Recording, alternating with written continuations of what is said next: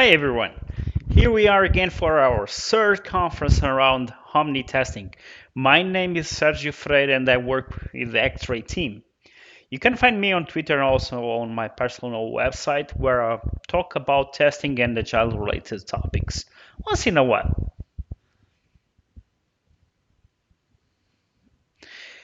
First, a big welcome on board. I hope you all have a great OmniTestingConf. We'll have amazing speakers sharing their views and experience on testing and quality.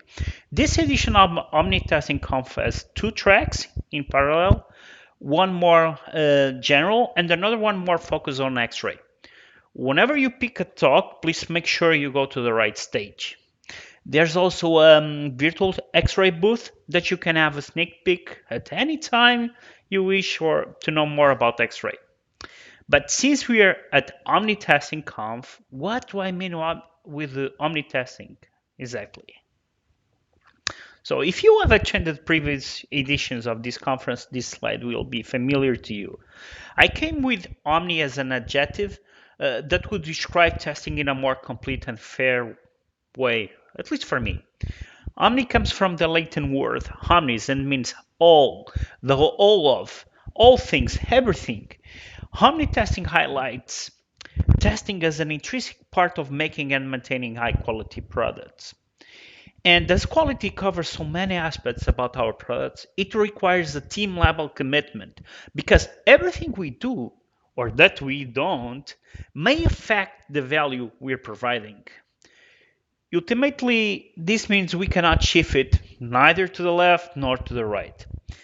OmniTesting is unbound because it's not limited to specific roles or people, specific assets, specific test levels, types, techniques, and approaches, specific methodologies, phases, tools, or timing. Instead, OmniTesting looks at testing in a more complete way, involving all of the previous in a dynamic way, according with risks, to make sure our efforts are used to maximize value and diminish the time to take it to production. But it also looks at value as something dynamic and that cannot be disconnected from what is happening in production. We cannot ever forget that value is service in production. Talking about value, I would like to start with this provocative statement. Our products are worthless. They don't have value. Do you agree? Probably you don't. Feel free to type in the chat and give your opinion. Please go ahead. But what is value after all? Let's start with a topic that I'm keen on to understand a bit more about value, or at least look at it from a completely different perspective. And I want to talk about demo scene. What is that? So it's basically about digital art, showcasing graphics, music together. It's about doing the best out of your own computers to show something that can really make us happy. I really like this topic, and I actually attended an event, a demo scene party a few weeks ago after like 20 years after my last event. And it's impressive how this evolves. And I remember that when I was playing with the demo scene, I really I tried to do amazing stuff with the graphics, for example, mostly with the graphics. And I tried some bits of code. I tried to understand algorithms. But then after looking at the amazing stuff that you can do nowadays, a question came to me. But let's see what is demo scene a bit, or what are the demos, so you can have a better understanding. Let me share with you.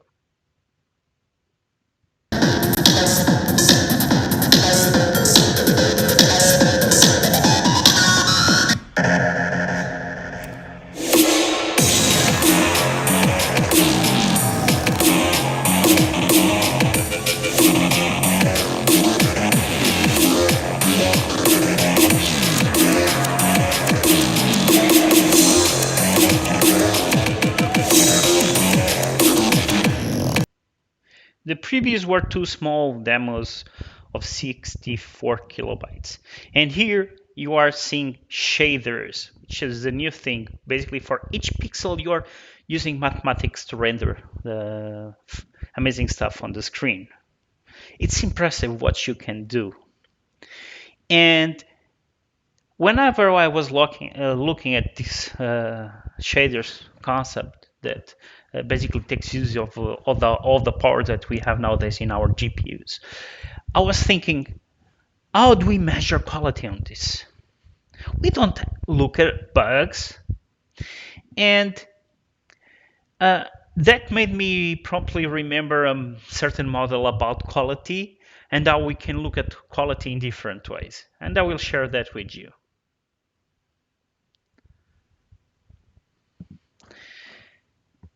So some time ago, I attended a talk by Dan Ashby where he highlighted quality as consisting of usefulness, correctness, and goodness.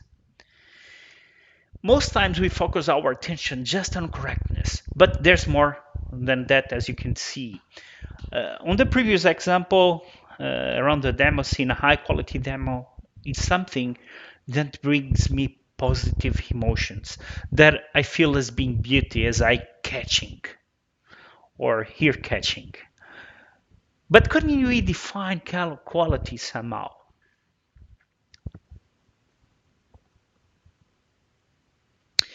Quality can be defined in multiple ways. There are many different definitions. We have conformance to requirements, and then we have another one that says that it's not actually that, it's more conformance to needs. I like the enhanced definition based on the previous work from Jerry Weinberg that states quality is value to some person who matters in a given context at a given time. I also like Cam Kainer's statement saying that an ideal product has a lot of satisfiers and not so many dissatisfiers.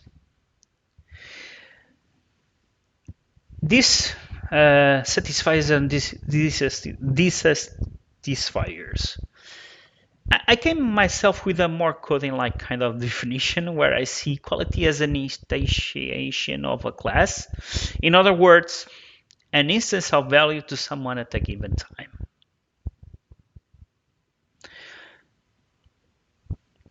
But then what is a bug? We can see it as something that annoys some user that threatens the value of the product and imperfection. Professor Cam Kenner highlights it as an attribute of a software product that reduces its value to a favored stakeholder or that increases its value to a disfavored stakeholder. We see value appearing a lot, but what it is exactly?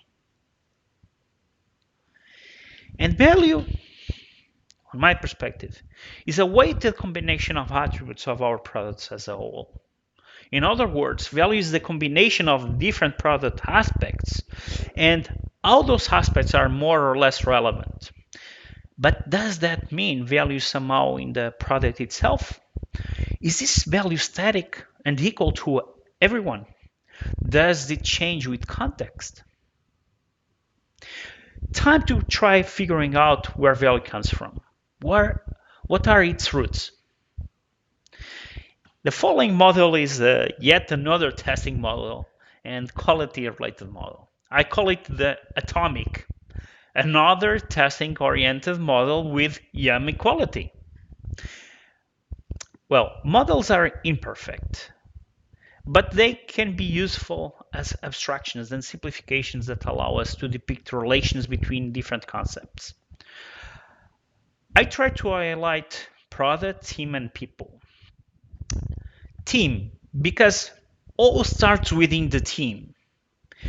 The team as a whole has a set of diverse skills that require learning and practice. Skills are used to craft our product in all its dimensions. Testing also makes use of skills. Testing uses different sources of information to uncover bugs and opportunities in our product. The product is not just about the code we build, it's everything related to product, including documentation. What we build, how we build, and what we decide not to build are the foundations of product attributes. Our product as a whole has a bunch of attributes. Some of them are called quality attributes in the sense that they contribute somehow to a given view of quality. In my perspective, I see this.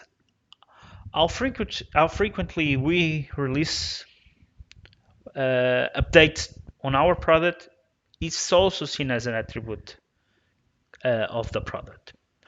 It's freshness. We can see that bugs and opportunity, they live in the product. I struggle to position them, but I think it can make sense as it is. Then we have on the lower right side, we have person. Each person is a unique individual, weights differently different product attributes to come up with value to that person. This not only changes with who is involved, but also depends on the context and on the time. If that person was robbed recently, maybe security now is one of the attributes that matter most. Quality also informs testing, and thus it somehow influences it, as the quality attributes themselves. Other things I would like to highlight: our product assets, which are diverse, as I mentioned. Sorry, come from the team as a whole, not from a single individual. It's the skills within the team that shape our product. Testing is mostly done by the team, but not only. Other people, including our users, also test our products. Testing is not just used to find bugs. That's a perspective. But I like to think on testing from a more positive side, and think more about opportunities for increasing the value of our products. Testing as a team sport also shapes how we think and improve our skills, because as we become aware of potential problems, it changes what we do and how we craft our products in the future. So yes, if we think on testing as something happening at the whole team level, connected to team skills, and then yes, testing may improve quality. If we by opposite, if we think testing as something done by a given person, having just the test role, then we can see more testing as a bug kind of reporting activity. And let me say that finding bugs is really important, but we need to go from there and really improve quality. If we move testers to become more quality coaches, they start influencing the team and improving the skills within the team, ultimately leading to the overall improvement of quality. Still, testing itself is crucial, but as a whole team kind of concern. To understand how quality is worked out and how things can get in the way, let me share a recent project where I was involved in: remodeling our kitchen. It was really hard to get someone that could do this and that wanted to make the remodeling. We found an available kitchen remodeling company, and we sat with them. They did a 3D model. I really got impressed with the model. It was cool. They iterated on the model. We picked the best recommended materials and also the appliances that at least the ones that we could afford. And I was working from home, so and I mostly trust them during the process. My wife was not so sure about it, but I calm her down. Next follows some stories of what became the saga of remodeling our kitchen. The project happened on time, on budget, but let's see what happened.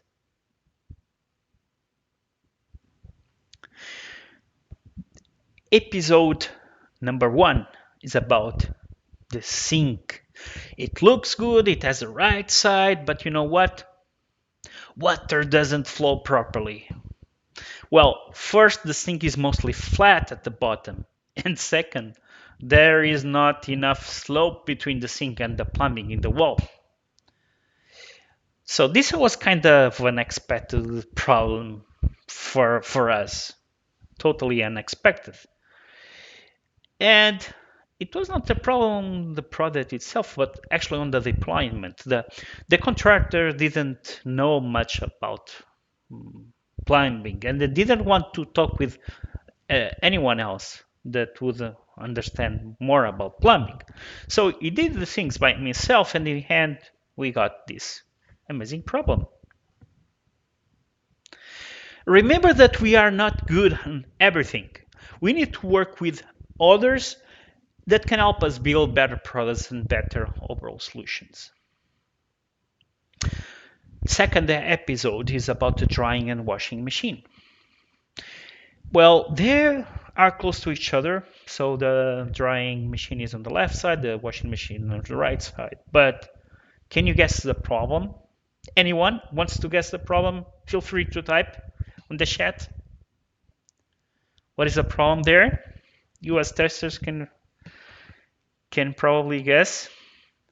I will tell you in a bit. Okay, so the problem is that even though they are close to each other, it seems that the doors block one another. The cabinet door blocks the door from the washing machine. Well, it's all blocking. So it's really a mess to take the clothes from the washing machine to the drying machine. So yeah, totally unexpected. It seems we have a major usability issue. Who would say that? The third episode is about the oven. It has several functions, temperature control. There's also like a digital clock there, but you know what? The touch buttons there, they don't work really properly. You have to press them really hard. Sometimes you press it, they do more than what you wanted them to do. Well, it seems that there are other models with analog buttons, but their interior is not really better. It's actually worse. So the contractors told us that actually these are the best ovens out there. Well, making it digital doesn't mean it is going to make it better. So some cutting edge features are actually worse.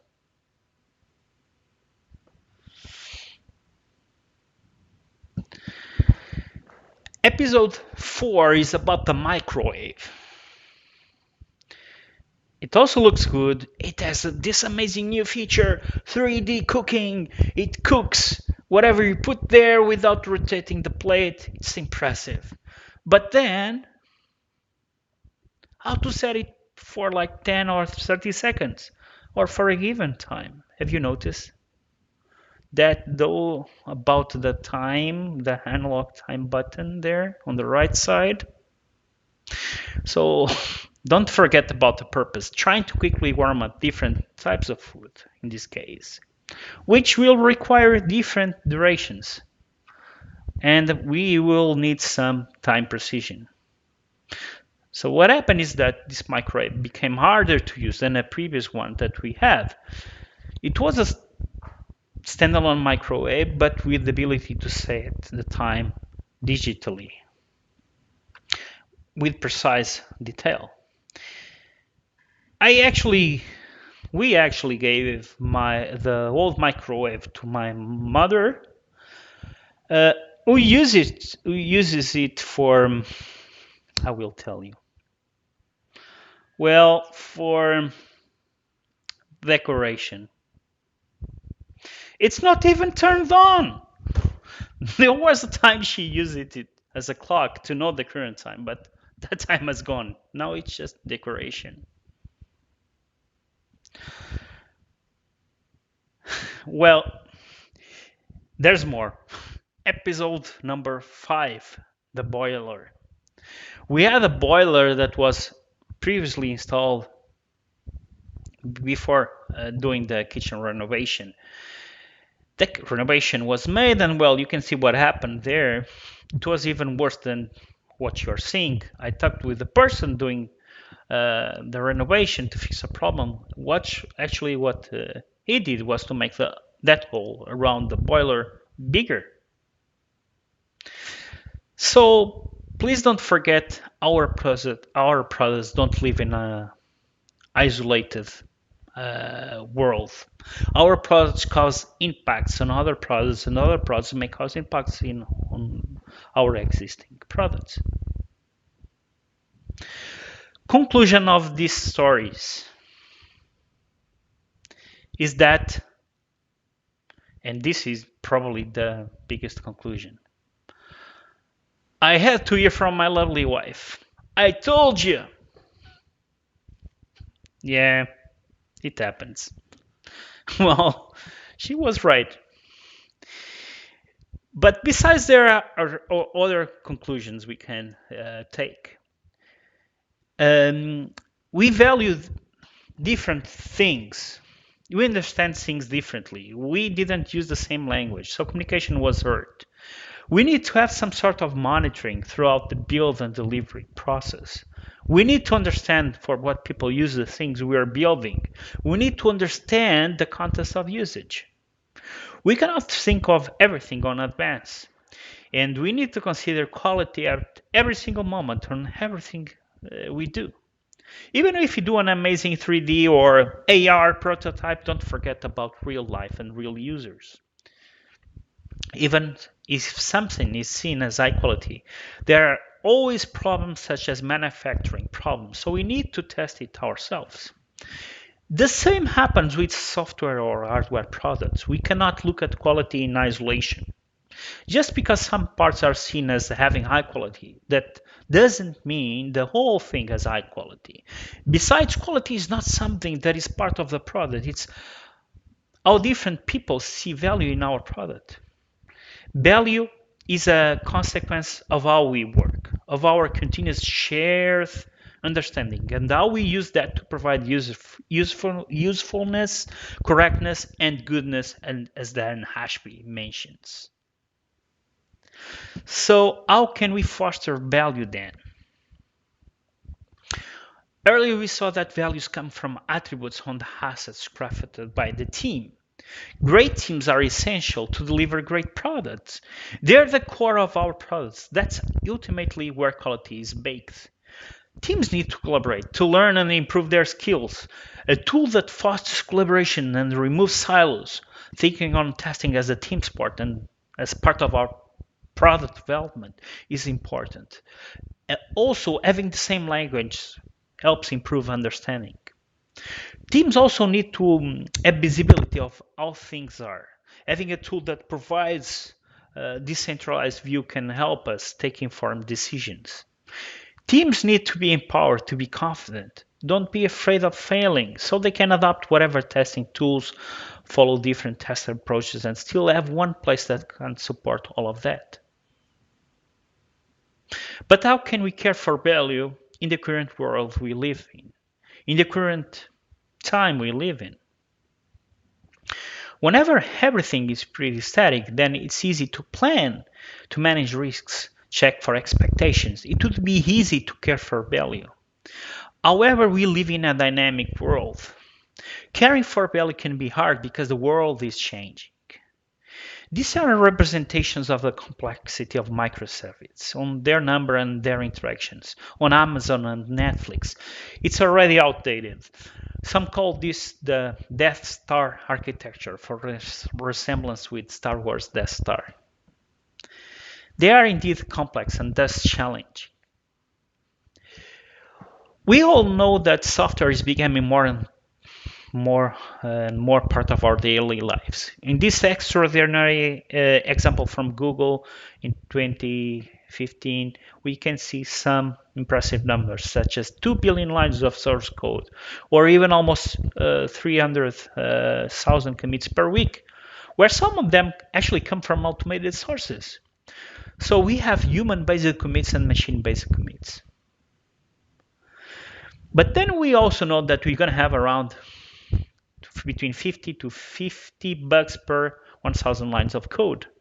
And that those bugs or any other bugs are only detected and fixed after going to production. If that happens, that it's going to cost us a lot. Well, we can reduce the number of lines of code as seen in this example of Jeff Nelson, the inventor of Chromebook, by using some external library. But beware with trap. Less code or outsourcing code doesn't mean we don't have bugs. Bugs may be elsewhere. Besides, it's not just about the code we write, it's about the value we deliver as a whole. Another thing worth mentioning is that imperfection exists and it's acceptable to a point on some scenarios. Therefore, we don't need to look for perfection, as it doesn't exist and it's high cost to pursue. We also know that teams are adopting DevOps kind of practices and that they use a combo of tools for different reasons. That changes with time. Let's pick, for example, test automation for the web. A few time ago, we didn't have Cypress, and Playwright is a newcomer in town, getting more and more interest. Well, the fact is that tooling is dynamic and it's also complementary. Let's pick another example. On 2020 DevOps Trend Survey by Atlassian and Site Research, respondents told that they use 5 or more tools to understand the status of their projects. This is fine in one hand, as different tools may provide different insights, but how do we make sure we don't miss relevant information? Our software, our products will run on multiple platforms, multiple versions of those platforms on different devices have different capabilities. Mobile is such a good example of how hard it is to properly develop and test for this landscape. So we need a different approach than previous ones because we can predict or test everything.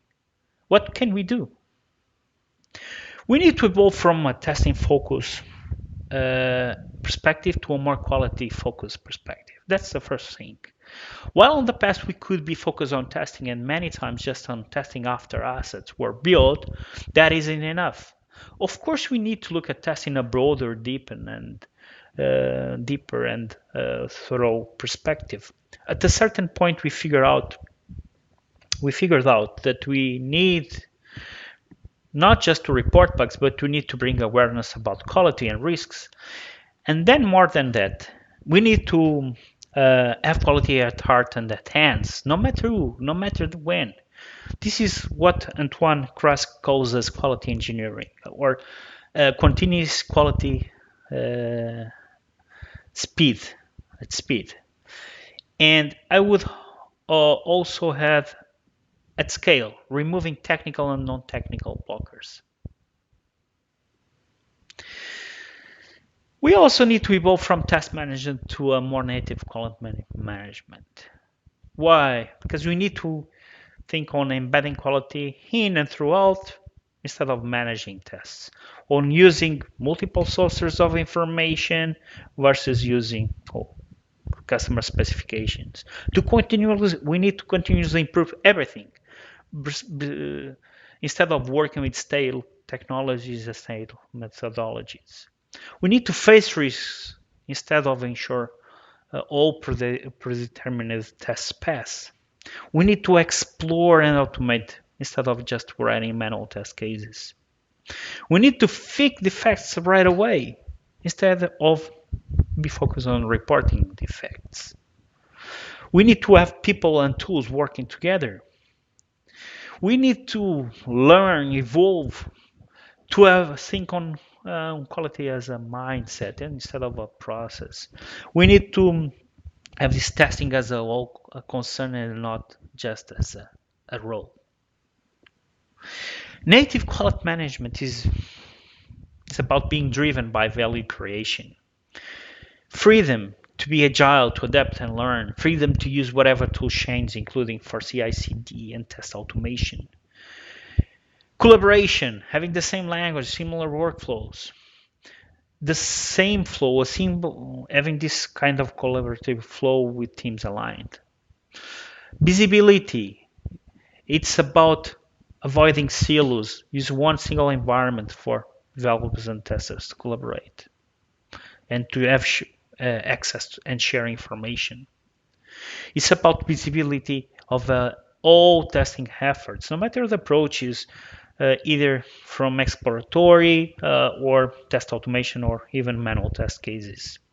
It's about having coverage, information, full traceability in one place to quickly find the root cause, because it can be on the code, the test, and also figure out the impacts on the related stories and features.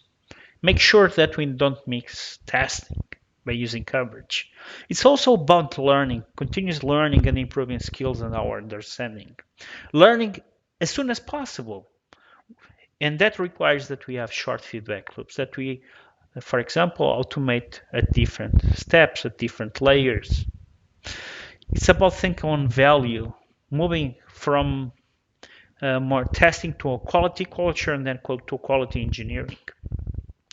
It's about maximizing billing, understanding that quality and value are really multidimensional.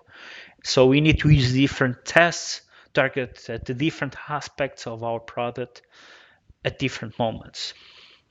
It's not just about the code value, it's about the whole user experience. For example, I remember that we had some customers complain about English on Xray documentation. So we now review all the documentation in English.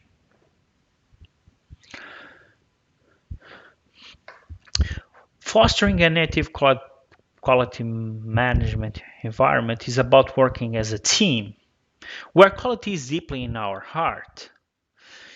In everything we make or that we aim to do, it drives every step of the way. More than using a common tool, it's about a common language and have a common understanding of what matters and to whom it matters and how to make that happen. Tool silos are in communication and, well, they promote silos. So if your team is already using Jira to track your project, why not use it to give it visibility about some quality aspects right away, while at the same time giving your team freedom to perform testing using whatever approaches, whatever tools. Everything we do or that we don't impacts value. So more than avoiding problems, which is great, we need to understand them, why they happen, how to deal with them, how to predict them. We need to invest time in learning, continuous learning about value, as it is the main driver for a true quality culture. We need to do that as a team through collaboration and better shared understanding. The value comes not from the product; it comes from you. You as part of a team, closely connected with end users. And remember all of this next time you remodel your kitchen. Don't outsource quality to someone else, as quality is something that you have to build from the inside without forgetting the outside. Happy OmniTesting Conf, everyone. Thank you. You can find me on Twitter using the Dark Telecom handle or on my website, sergiofreire.com. I'll see you during the conference. Happy testing.